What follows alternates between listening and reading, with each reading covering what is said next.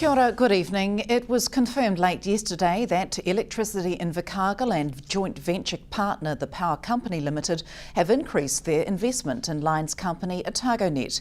Electricity Invercargill Limited, or EIL, a subsidiary company of Ratepower-owned holding company Holdco, in conjunction with the Power Company, outbid Marlborough Lines Limited for a controlling interest in OtagoNet. All three purchased what was then Otago Power in 2002 for $109 million. Yesterday's sale of the Marlborough Lines share came after a dispute over safety and network management. The amount paid to Marlborough Lines Limited for its 51% share in OtagoNet is currently confidential, but the company is valued at around the $300 million mark. And we'll have more on the City Council's multi-million-dollar acquisition of OtagoNet in the second section with Mayor Tim Shadbolt. The Invercargill City Council is giving people until Friday to lodge applications for building consents, which include multi-fuel burners. Changes to Environment Southland's proposed Regional Air Quality Plan 2014 ban the issuing of permits for non-approved burners, and new regulations are effective from this Friday. The new rules were brought in to raise the air quality in Southland to standards set by the government and will require all open fires and non-approved burners and boilers within the Invercargill and Gore airsheds to be phased out by January 1st, 2029. Council Regulations Services Manager Simon Tonkin says that technically building consents needed to be approved by Friday, but Council encouraged people to lodge the application for their building consent by the end of the week, as Council would still process it. The Air Quality Plan also specified new requirements for outdoor barbecues, outdoor fires and fuels used for home heating. It affects all Southland councils. Invercargill Salvation Army have been offering free meals for almost 15 years, but over the past few months there's been a change in the number of people using the service, and so meal times have decreased from 3 seatings to 1. Kitchen volunteers plan meals with God-given inspiration based on what's been donated and nutritional value.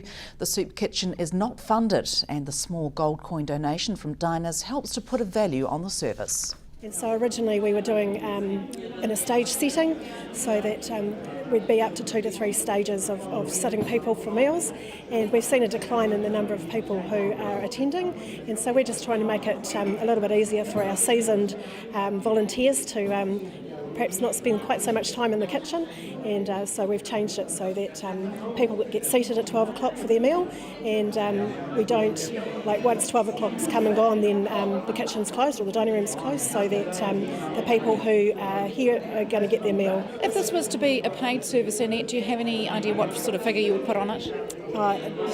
It's really, really difficult to put a price on it. They get two courses, so they get a main and a dessert, and there's buns and drinks and things like that, and I guess if you went to a restaurant it'd be quite a lot more cost than what we're just asking for a small donation towards the cost.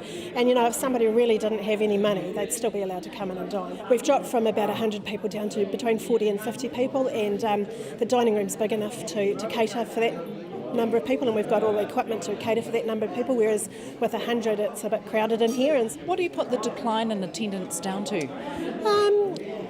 Some of it could be towards the people that we've actually helped to get into a better position through budgeting or whatever else that we've offered to them. But the other thing is that I understand we're not getting as many students from SIT. I understand that they're doing a meal themselves for their students, and so that has actually changed the demographics of the people coming for the meal as well. So perhaps not so many people coming for a meal, but then the food bank is under pressure. Yeah, it's a bit different. I guess there's people who are hungry every other day of the week perhaps, and they're coming to the food bank, although there is a number of other meals around the community done by different organisations as well, similar to the one that we have here. Are you aware whether or not there are regular goers to the free meal opportunities or the donation opportunities to have a meal? Certainly there are, and some of that is around companionship, friendship, just spending time with other people, so I guess that is a big thing for some of the people. But yeah, we do have the regulars that we get to know. ILT Kids Zone reigned supreme at last night's Southland Community Awards, taking out top prize for the night. The Invercargill Civic Theatre was host to 47 community groups competing for the Supreme Award, but it was Kids Zone who received the certificate, trophy and $1,500 in prize money.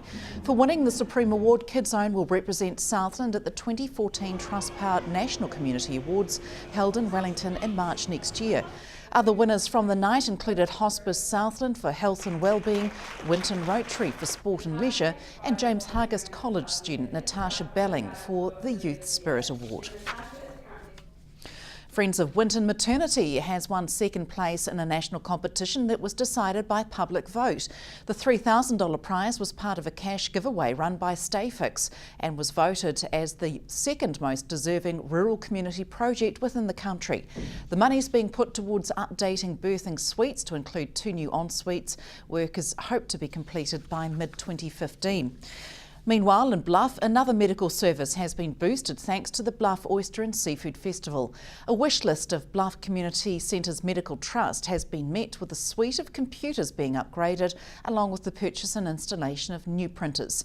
The timely one-off donation, courtesy of the Bluff Oyster and Seafood Festival, fitted the criteria that aims to help the Bluff community.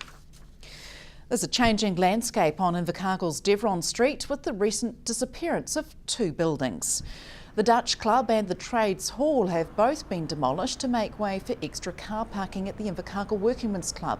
Club manager Keith Gray says they approached the Dutch Club about selling and the Trades Hall was already up for sale and it made sense for the club to buy them.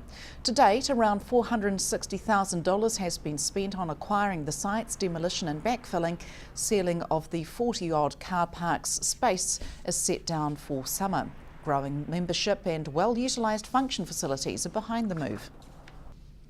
Stay with us. After the break, Invercargill Mayor Tim Shadbolt speaks of EIL's joint acquisition of a commanding share of Lions company OtagoNet.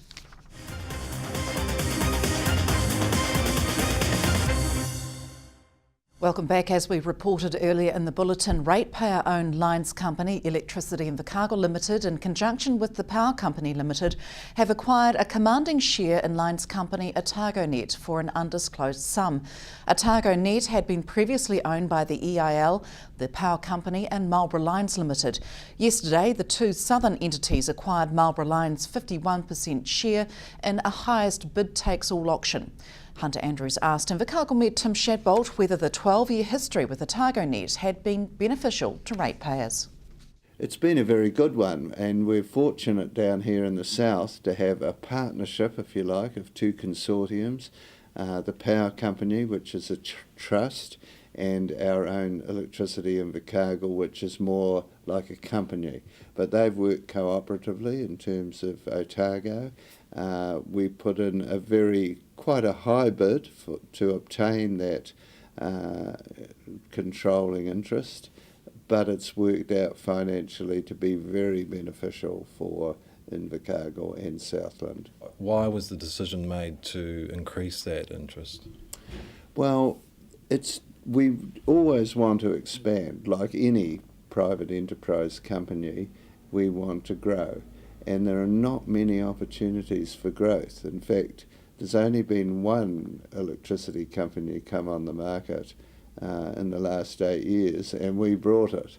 Otherwise, there are no other opportunities, and we felt this is part of our growth strategy. And when you look at the geographic location, of course, it fits in very well with us, so it means we can operate OtagoNet from our Invercargill and Southland base. So there's a lot of synergies there. And of course there's a lot of work being done on wind power and other smart meters and other developments in the electricity sector as well. There's probably going to be critics out there. I mean, there always is of most moves council makes. This isn't core council business, is it? Not in the normal sense of the word, that it's drains and roads and rubbish and sewerage. No, it is. But if we want to work for the city and not pay higher rates, then we have to have another income stream coming in. And we had the same criticism over forestry, that it was a waste of money, council was trying to pretend they were business experts and they weren't. Well, has that turned around? And the reason we have a 0.62% rate increase in this city, which is the lowest of any council in New Zealand, is because we've had a very successful alternative income stream, and we feel it will continue with this acquisition. Money has to be raised? Yes, of course, but council's credit rating is very good. We've got good relationships with our bank, and it will not be a problem with the asset base we've already established. And how soon would we get a dividend attributable back to council for this investment, do you think? To be honest, I think in the short term it will not return very much. But after 5 years, then we will have an asset, because it's joined together.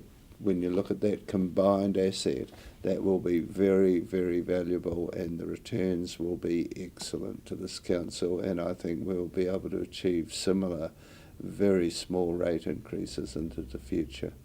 Councillors were briefed last month on this proposed acquisition, or what was their reaction? They seem very positive about it, and I guess that goes back into history, in that we've always done very well when it comes to electricity. People can't do without it, and line companies like ours, we've been able to enhance the city by undergrounding probably 99% of our electricity network, and that means we're not affected by storms and flooding as other areas are. So there's a lot of benefits that have come through from being involved in electricity, and naturally we want to look at every opportunity that comes our way. You would say then into the future that Holdco, the mission is expansion, increasing that portfolio to increase that dividend? Most definitely. Just looking at the value of those companies alone, which when we initially got involved in electricity were only valued at around $20 million. In no time at all they seem to jump in value to $100 million. And so there's been such dramatic increases like that in terms of the value of those assets that yes, councillors are very keen to expand if we possibly can. When will we know, or will we ever know, the extent of that investment that's just been made? Yes, once the full information has been laid on the table, the public will know everything.